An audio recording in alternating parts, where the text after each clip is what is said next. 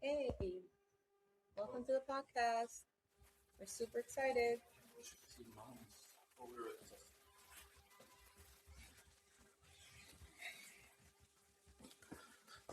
All right.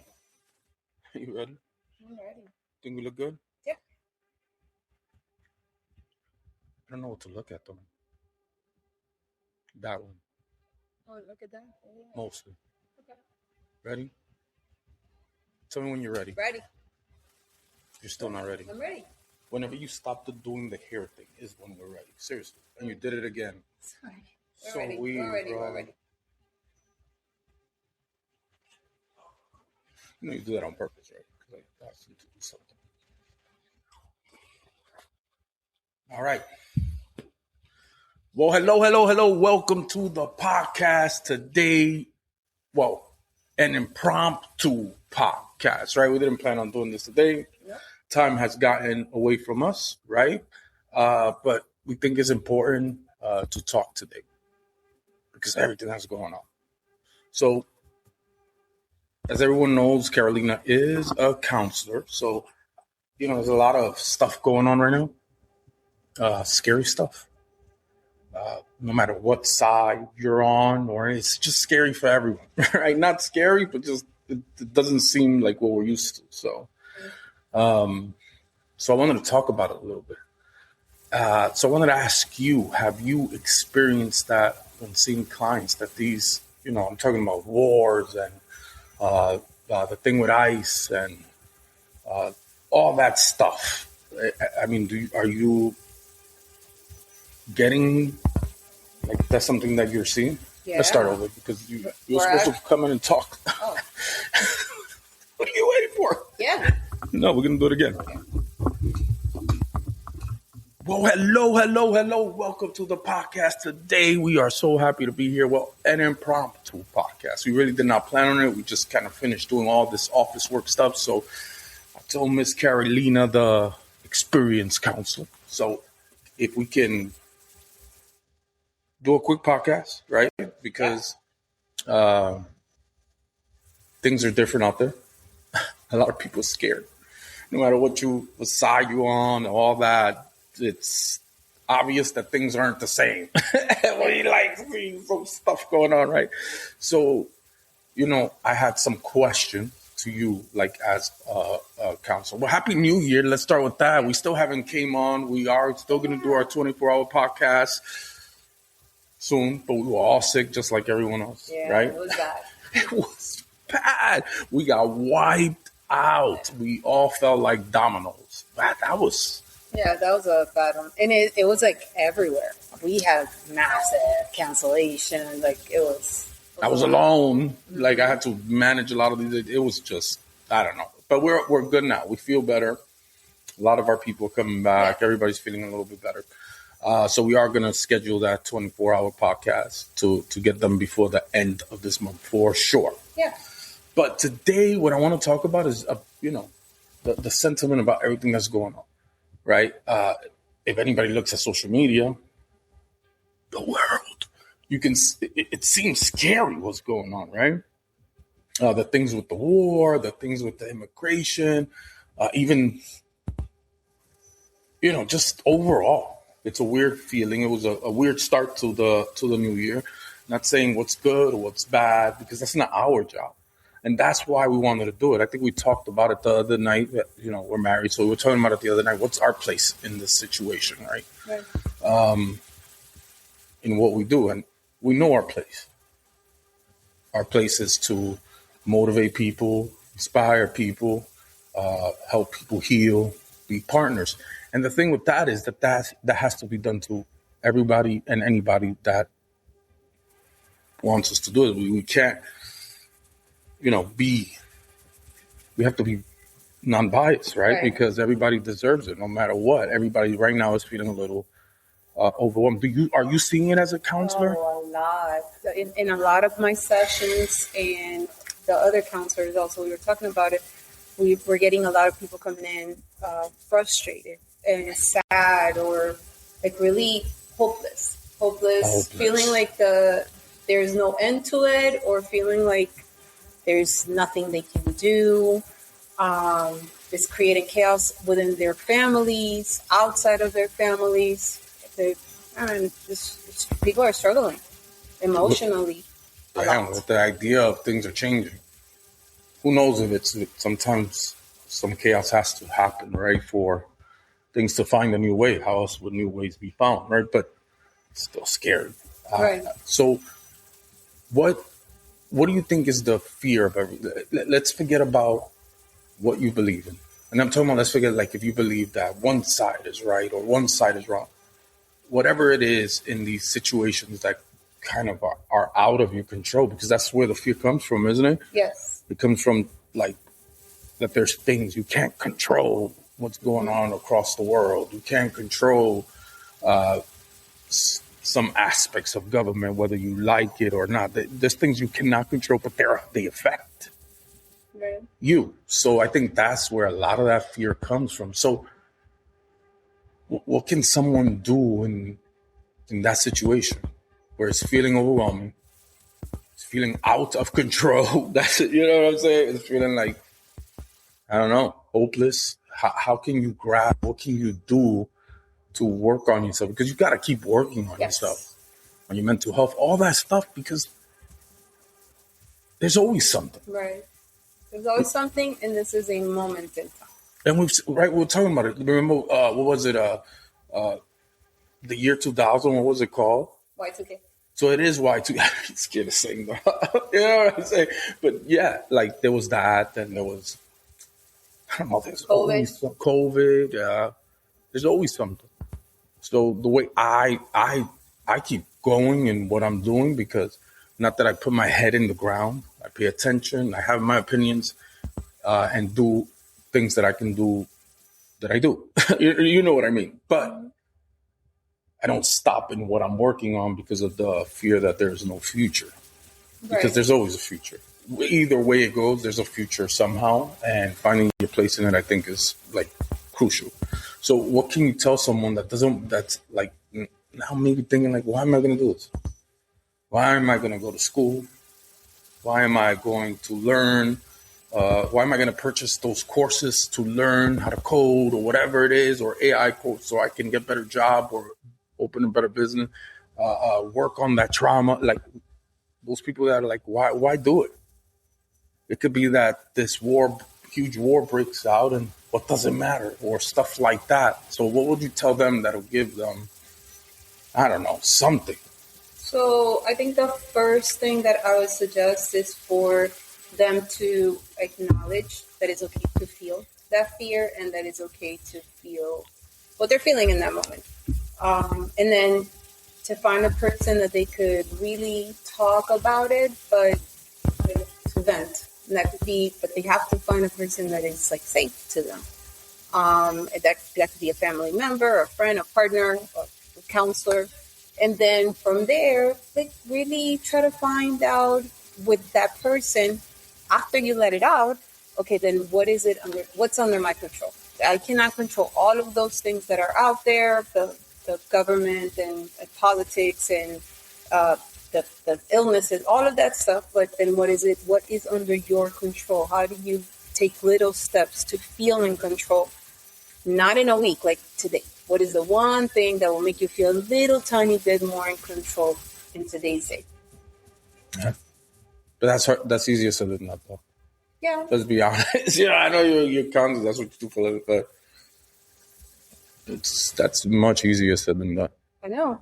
And I hear people say, like, there's nothing I can control. So what we do is we go to, like, the basic. Well, you did control that you wanted to come in here and talk to me today. That was under your control. You took control of what you wanted to eat today. You took control that instead of you running through those thoughts and not getting out of bed, you went and took care of yourself. You went for a walk. So those little tiny steps is you grabbing control of what you can. It doesn't change the world. It doesn't change government. It doesn't change none of that. But humans need to feel like they have control of something. It helps them keep propelling. So then that's one day. And the next day you do it again. And then the next day you do it again. I have a little bit of another view of that. Okay, I'm going to be honest. And like, I'm not saying that is true. All of that is true, right? But I think the problem is like the start to do it. Like the, I don't know, motivation or inspiration, I don't know what it is, but the start to say, okay, I am gonna go. So how do you get to them so they could take that step? How do you give somebody that inch they need to start getting to their yard? That's where I think it is right now. Yeah. Tell me. So I don't. Okay, so you yes, you the feeling of control and all that helps you. I'm kind of control freak with my stuff, right? But I think realizing that there's things in this world that don't have control and create like the most beautiful legacies you can ever see. And they have no control. They have no control to do anything about the things that go on around it or them, and but they're still able to like build these things that are like mind blowing. So I think focusing on the control stuff, like you said, and it's good, but to get to that seat, to take that step, I think we gotta like admit that, hey, we don't need control. Okay, Maybe things out of control is okay. Maybe things out of control is normal. You know what I'm saying? And accept the fact that it is what it is. Then you go control. But I think you gotta get, until you accept that, it doesn't matter. I don't think it doesn't matter what you try to do. I'm gonna put an example. This is gonna sound like silly. This is something I would say out there, but you know that our grandbabies, right? Our grandbabies all, do like the sports thing. Thank God, that on Saturday, 6:00 in the morning, we have to wake up to. We don't mind, but Jesus, there's a break in and now, but yes. But 2 weeks.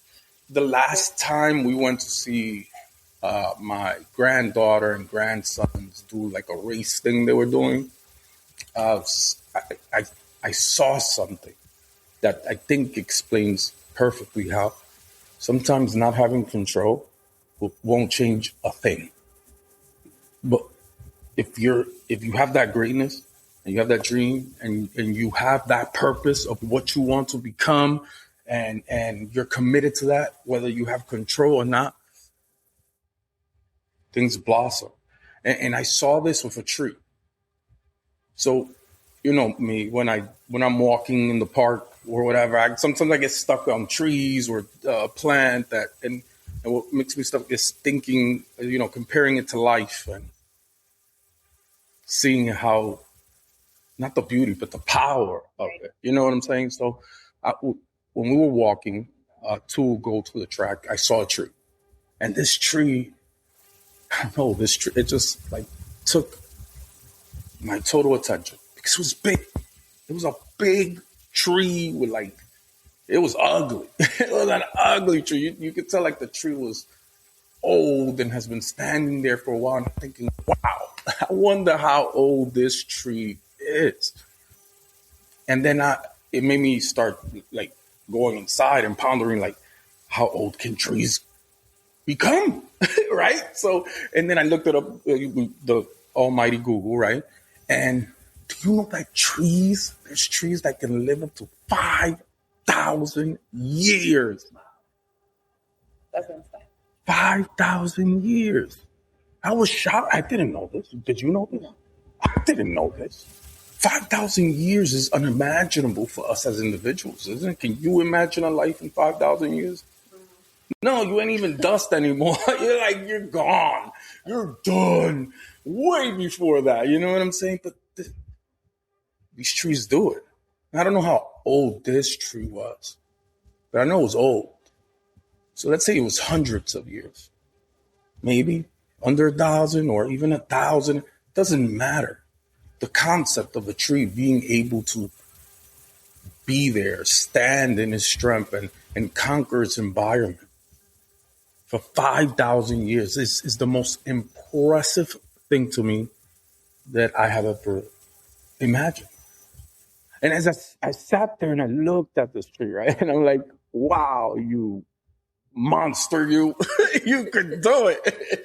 Right? And then as I'm standing there, I look at one side of the branches and I see a squirrel. And this squirrel's like running all over the place, right? And of course I'm thinking, it must have baby squirrels. And I go, wait, squirrels don't live that long. Not even nowhere near that long. So how many squirrels have called that place home? How many families of squirrels? If they become family, right? I'm not a squirrel expert, but how many to this one tree that's been standing here that long? I'm like, wow, what a legend. And then I look over to the other one, the other side of the tree, and I see birds. How long do birds live? And we know they make nests and have families. Nowhere near that long.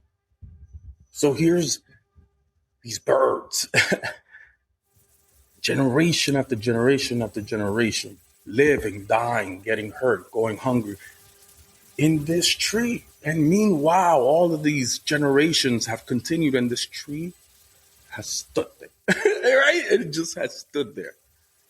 And then I want to look closer and I see the ants, right? The little bugs like trailing in the pieces of wood. And I'm like, they don't live near half as much as all of these other animals. How many of those are here? How many of those have made this home? A lot, right? And this tree that just stands there. So then I go backwards and I start to think, what did it take this tree to get here? And does it know it's such a legend? Does it know that it's providing a home for generation after generation? Does it know that it's giving us stuff that we need to live, called the oxygen? Does it know? How did it get here? It didn't decide it. It didn't control itself there. And then you think about how a tree starts as a seed. Actually, many seeds, right? You need many seeds to get one tree because they don't all make it. Why don't they all make it? Well, because they have no control. Where they land is where they stay. They don't control the nutrients they get, how much water nature decides to give it.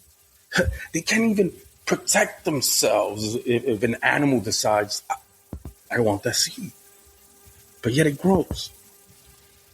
And it goes from being this seed that is in this ground, this yucky ground, right? And it grows into a plant. And it becomes more dangerous because now it needs more nutrients, but it has no control. And it has no control over what it's going to get. It can't move, dodge if an animal decides to use it as a toothpick. No control. Right. And even without this control, it still grew. And it continued to grow until it made its statement. Until it's lived its purpose and created legacies for animals for years upon years upon years. It had no control. The only thing it had was what it wanted to become. A tree. That's all it had. And that's all that seed needed to become that tree. So that's how I see it. Wow. That's beautiful. Well, it's me. No, I'm not blah. So what I'm saying is, like, maybe let's let go of the control. Okay. That's how I'm getting to it. These are things I can't control and I don't need to. So you mean like when people are thinking about the war, what you're saying is just don't focus on that? No, what I'm saying is focus on what you want to be. just like the seed. It couldn't control how much food it got. The only thing it could control is its purpose of becoming a tree. That was its only focus. The only thing it did from morning to night, no matter what was going on around it. Purpose. Okay. If you focus on that purpose, if you focus on what you want to be, become good at that. And nothing matters. Nothing that happens matters. Chaos will always come. Yeah, for sure. If you control what you want to be, I think it becomes easier to get through all this stuff. Because all you have to do is be what you want to be. That's your only focus. Okay, so then let me ask you a question. We've done a lot of events where you teach people how to find their purpose. So on people right now that are in this moment in time feeling so lost, what would you recommend to them? Like, what is something that I can take to my sessions to help them find their purpose so they can grow up? Start on your limits. Start on the things that you haven't been able to improve, on your fears. You know, I heard the quote, but I can't remember. I just heard it the other day. And it was talking about that usually your limit is your success. And that's what I learned. See, when I became the single dad and homeless with the kids, that was my limit. But if I can overcome that limit, the world becomes different for me. And that's what became my purpose. My purpose didn't come from a long, thought out, magical scenario. It came from my deepest, darkest pain. Yeah. And that's where it came from. If that's all you have, right? If all you have is pain, all you have is sorrow, all you have is darkness, well, how do we find the purpose within that? And it's really not that difficult because your limits are usually where your purpose lies. That's why it's your limit. Because you've never been on the other side. That's why it's a limit. So if you're able to break through that, the world looks different. Like, there's some question that a person can ask themselves to find that. Like to find what those limits are and how do they create the purpose. What is something I always wanted to do? And then once you answer that, why haven't I been able to do it? That's a barrier. And that barrier becomes your push. It becomes your purpose to beat that barrier. So for me, with the children, it was to break the cycle. 'Cause I had no clue. You know, their destiny was meant to be the same that mine was meant to be. I had no idea it was even possible. That was the barrier, the barrier, the wall I cannot see beyond. And that's what it became. I just became super obsessed with breaking a cycle. That's it. That's all I wanted. I didn't care if I owned a business. I didn't care what type of success I got. The only success I wanted was to break the cycle. Just like the only success the seed wants is to become a tree. But look what it's done by becoming a tree. It's built a legacy. Well, I don't know about all that. Let's not. No, I'm like when you're explaining it, I see it. Like you were going through a war, but you were just like genuinely focusing on your purpose. It was my end of the world. My world. That was the end. I was at the end. Like most people, when they reach that limit that they need help, it's because they reached their end of the world. But if you can like find the purpose within that, you become unstoppable. Look, what happened with me and the kids has become my whole life. It became my future. My business is built off of that. Everything I do is built off of that barrier. That's where I say to look, but I might be wrong. But it's my idea. It's my way of doing it, and it's the way I know it worked. Of course, I would have wished that my purpose was to become a millionaire, to become a movie actor, to become this, to become that.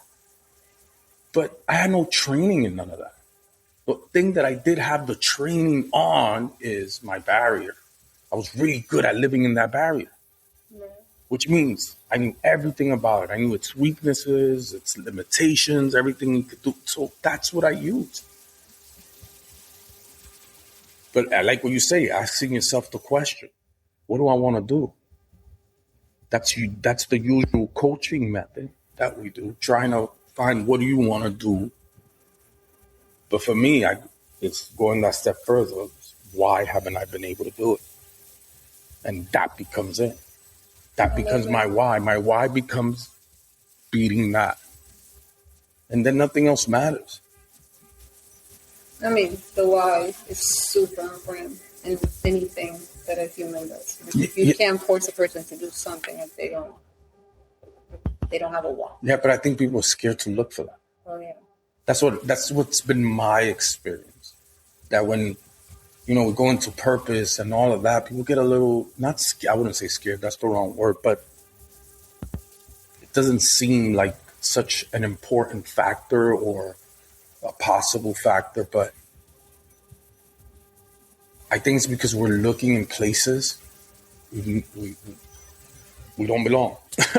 Not that we don't belong. We've never seen it. We've never done it. And that's why we want it. But how about working on what you have done? Your experience. We talk about being experiential.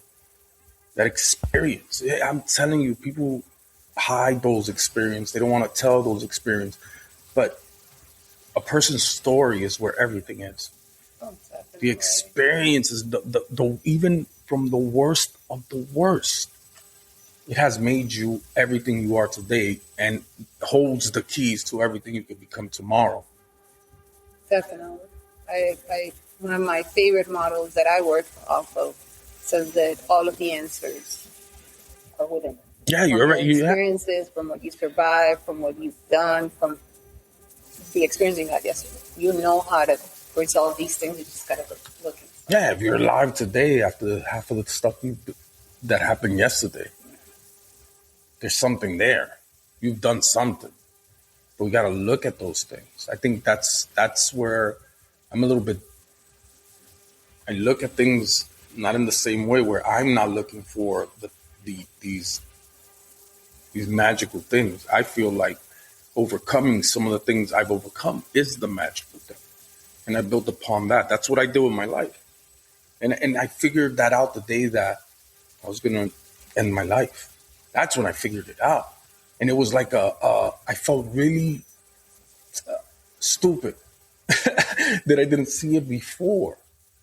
When I stood there, like at that balcony, and my daughter called for me, and I snapped out of it, and I heard her voice. It was instant that, I'm like, here, like I'm about to do this and leave, and I'm heavily depressed and messed up for a situation, which is I have these kids alone and we're homeless and I don't know what to do.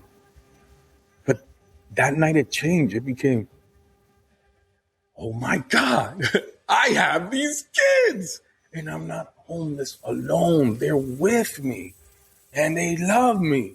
And oh my God, they look up to me. And oh my God, they want me to succeed. That was my key. It was over. I never looked back from that. And that every day I didn't concentrate on being better than anyone or becoming the richest or the best concentrating on getting them out of that cycle. And that led to everything else. It's really beautiful. And it really, like the way you're explaining it, it really makes a lot of sense. I have another question. What? So I had a client this week that asked me, like we were talking about the state of the world, and they were really like frustrated because wherever you turn, if you turn on your phone, and that's how you decompress. If you turn on the news, if you turn on the TV, if you go to your coworker, if you stop at a store, people are talking about the hot mess that's going on everywhere. So how do you protect your energy? How do you not get involved? How do you not look at it? How? What do you do when the whole world is on that? Stop looking at the outside and look inside. of looking at these, whatever these things are outside, you're going to look at them. I don't mean look at them. But what you're depending on is what's inside. Yeah, you're going to see them, but it doesn't matter because what I have inside, it has to come out. No matter what war there is, no matter, none of it. You can hear it all you want. It's going on, but it has nothing to do with what's inside that's trying to get out. So like this voice, like inside, louder than the outside. Yeah, all of this is a cage. That's all it is. All these bad things that are going on is a cage that is holding us back. So maybe not focusing on the cage and focusing on the answer. You have the answer. That's my. I don't know if I'm explaining it right, but that's how I feel. That's good. All right. Well, we're gonna do the 24-hour podcast. Oh yeah. I'm so scared of that thing. I'm telling you. I was so glad I was sick and had to cancel. I'll be honest with you. I'm so scared of trying to go. I think it's gonna be fun. I think it's gonna be fun until we get tired. I mean, you think it's gonna be fun because you're not gonna go the whole 24 hours. Exactly. I'm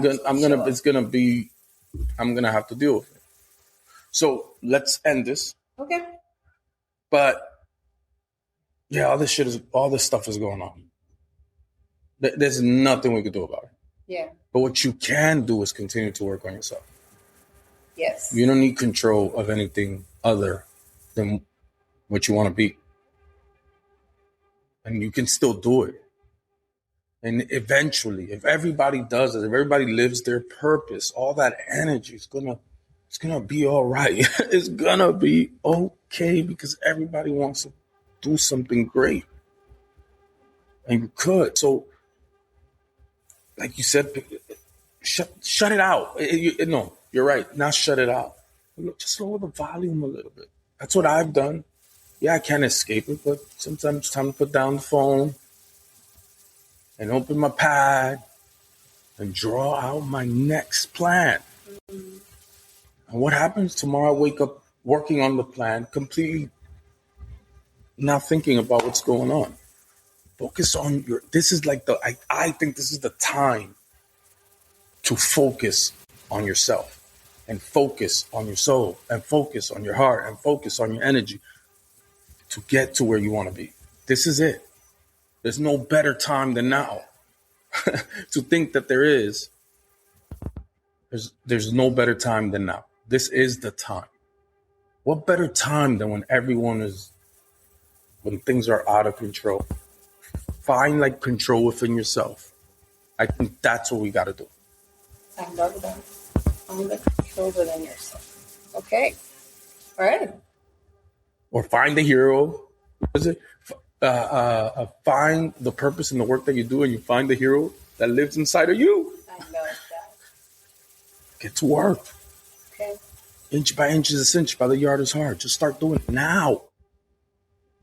The future is not anyone else's but yours, no matter what happens.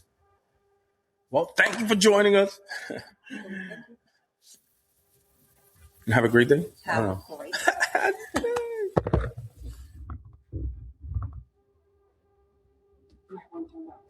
Just like right now.